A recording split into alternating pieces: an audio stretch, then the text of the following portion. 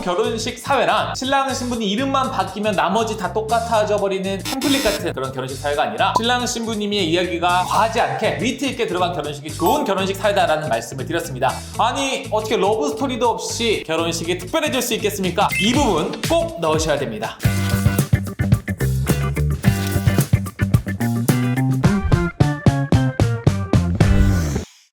자, 러브스토리 낭독 천천히 하나씩 보도록 하겠습니다. 러브스토리의 의미, 서두에도 말씀드렸듯이 7대3의 법칙, 6대4의 법칙, 5대5의 법칙, 이게 무슨 말인지 모르시겠다면 전 영상 링크 한번 보고 오시길 바라겠습니다. 결혼식 사회의 주인공인 신랑 신부님의 이야기가 과하지 않게 녹아 들어가야 되는데 그 비율이 뭐 7대3, 6대4, 5대5까지 신랑 신부님의 어떤 톤의 매너에 따라 달라질 수 있다라고 말씀을 드렸는데 그 중에 과하지 않게 우리 두 분의 이야기가 들어갈 수 있는 좋은 순서가 바로 이 러브스토리 순서입니다. 그래서 7대3의 법칙을 잘 표현할 수 있는 그런 식순이다 라는 측면에서 저는 추천을 드리고요. 러브스토리가 그럼 어디에 들어가야 되느냐? 신랑 신부님 입장하셔서 두 분 서로 맞절하셨습니다. 자, 그 다음에 원래는 혼인서약서 낭독인데 그 전에 두 분이 하객석을 보고 있는 상태에서 사회자가 천천히 읽어줄 수 있는 겁니다. 그리고 이 순서가 끝나면 원래대로 혼인서약서 낭독이 진행되면 되겠죠.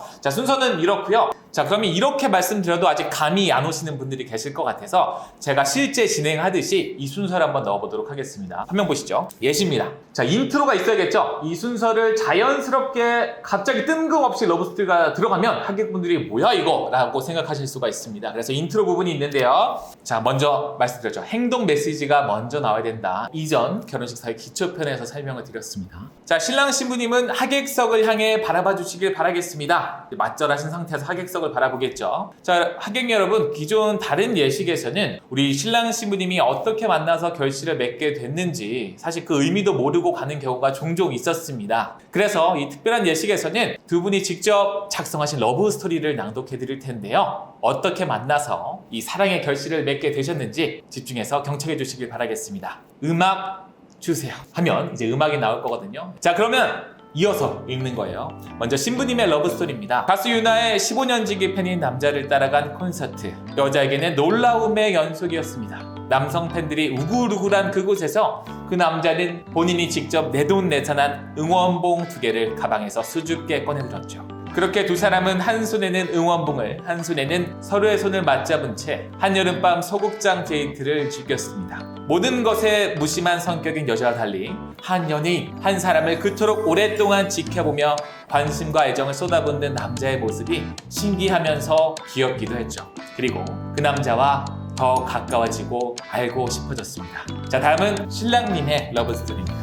어린 시절부터 놀이기구를 무서워하던 그는 100일 기념으로 스릴을 즐기는 그녀와 롯데월드를 가게 됩니다. 애써 잘 타는 척, 신나는 척 했지만 바이킹 맨 끝자리에 타는 순간 더 이상 본능을 숨길 수가 없었죠. 후들후들 떨려오는 다리와 흘러내리는 식은땀. 처음 그녀는 뭐야 이 남자 왜 이래? 라고 생각했습니다. 하지만 그녀는 곧 하얗게 질려가는 그의 얼굴을 보며 그가 나를 위해 무서움을 참고 함께 바이킹을 타줬구나 사실을 알게 됐죠. 남자는 이 여자와의 데이트 쉽지 않겠다 싶었지만 용기를 내었습니다. 그녀를 놓치고 싶지 않았기 때문인데요. 앞으로 그녀와 함께할 오르락내리락할 바이킹 같은 인생에서 그녀만의 안전장치가 되고 싶습니다. 우리 결혼합니다. 하객 여러분 박수 부탁드립니다. 이렇게 되는 거예요. 여러분 박수가 나오겠죠? 어때요? 정말 그 오늘의 주인공이 되는 신랑 신부의 이야기가 또 루즈하거나 지루하거나 재미없지 않게끔 재미있게 라디오 DJ처럼 읽어주시면 아마 이 식순과 그리고 오늘의 결혼식이 더 빛나지 않을까 하는 생각이 듭니다. 자, 그러면 오늘 이 식순을 처음 알게 된 우리 신랑 신부님 혹은 사회자분들은 약간의 두려움이 있을 거예요. 어떻게 하면 더 잘할 수 있을까라는 생각이 드실 텐데 그런 분들을 위해서 팁을 몇 가지 말씀드리겠습니다. 첫 번째입니다. 의미 있는 BGM과 함께 틀어주세요. 지금은 이제 피디님이 저작권이 없는 노래를 틀어주셨을 테지만요. 보통은 제가 주로 추천드리는 음악은 도깨비, Stay With Me라는 노래로 시작을 합니다. 사실 저랑 비슷한 나이대인 분들은 이 음악만 나와도 뭐야? 이 노래 뭐야? 하면서 약간의 미소가 지어지는 그런 노래인데요. 인트로만으로도 하객분들을 집중시킬 수가 있습니다. 물론 이 노래로 하셔도 좋고요. 아니면 신랑 신부님의 인생 노래나 신랑 신부님의 의미가 담긴 노래로 하셔도 무방합니다. 두 번째입니다. 음악 주세요 라고 제가 아까 스크립트에 명확하게 적어두었죠. 이거를 그냥 적어놓은 게 아닙니다. 왜냐하면 음향 감독님께 정확히 이 부분의 음악을 틀어주세요 라고 주는 메시지이기도 합니다. 만약에 음악 주세요라는 메시지가 없으면 음향 감독님 입장에서는 언제 음악을 틀어야 될지 적절히 눈치껏 해야 되는데 그게 사회자 서로 안 맞을 수가 있거든요. 그래서 음악 주세요라고 하면서 이 부분을 약간 좀 DJ처럼 읽어주면 사람들이 새롭다라는 기대감을 가지고 집중하게 될 겁니다. 자, 그리고 제가 이번에 보여드린 낭독해드린 예시가 신랑님, 신부님 버전 각각 작성을 했었는데요. 물론 꼭 이렇게 하실 필요는 없습니다. 신랑님, 신부님 이야기가 하나로 담긴 그런 러브스토리를 하셔도 좋지만 제 경험상 저는 뭐 결혼식 사례를 한 500번 넘게 보고 있는데 신랑님, 신부님 버전을 각각 작성했을 때 또 이런 분위기가 좋아지는 그런 것들을 많이 확인할 수 있었습니다. 그래서 이렇게도 할 수 있다라는 부분으로 참고하시면 될 것 같습니다. 자, 그러면 러브스토리 내용은 무엇으로 적어야 되나요? 라는 궁금증이 생길 수도 있습니다. 이런 사례를 들어드릴게요. 두 분이 처음 만난 순간 소개팅 강남역 몇 번 출구에서 처음 만났을 때 그 남자, 그 여자의 첫 느낌 혹은 교제를 하시면서 항상 좋았던 적만 있진 않을 것 같아요. 좋았던 적도 있겠지만 위기가 있었을 때 그 위기를 어떻게 마주해서 어떻게 풀어나갔는지 그리고 그 갈등을 풀어나가는 모습을 보면서 이 사람이면 괜찮겠다라는 확신을 얻게 됐는지 이런 부분 적어주셔도 좋고요. 또는 프로포즈의 순간 혹은 결혼을 결심하게 된 순간 등 이런 다양한 포인트들을 중점으로 적어주시면 좋습니다.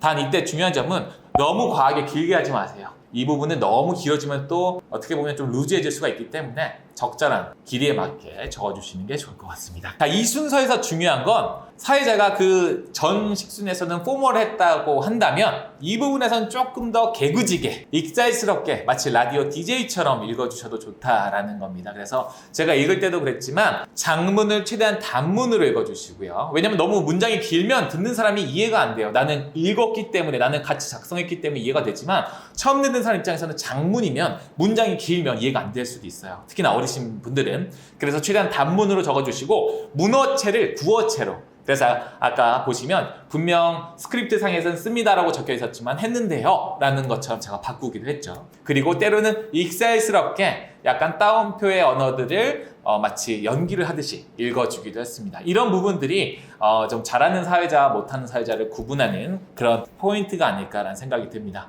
자, 다음 잘하는 사회자와 못하는 사회자 이렇게 비교를 해놨는데요. 처음 하시는 분들이라면 그냥 읽는 것만 잘하셔도 잘했다라는 피드백을 받으실 겁니다. 하지만 조금 전문 사회자, 내 서비스를 가지고 누군가에게 돈을 받기 위해서는 더 잘해야겠죠. 그래서 저는 거의 결혼식 사회 사전 미팅 단계에서는 작가가 되기도 합니다. 로프하게 작성해 주시면 어떤 초안은 분명 신랑 신부님이 작성해 주셔야겠지만 제게는 이제 경험이 있어서 요렇게 했을 때는 너무 단조롭다, 너무 지루하다, 이 부분은 재밌을 것 같은데 더 살려야겠다 이런 감이 있기 때문에 초안을 작성해 주시면 조금 더 어떤 극 작가가 돼서 재밌게 살리는 포인트가 되기도 합니다.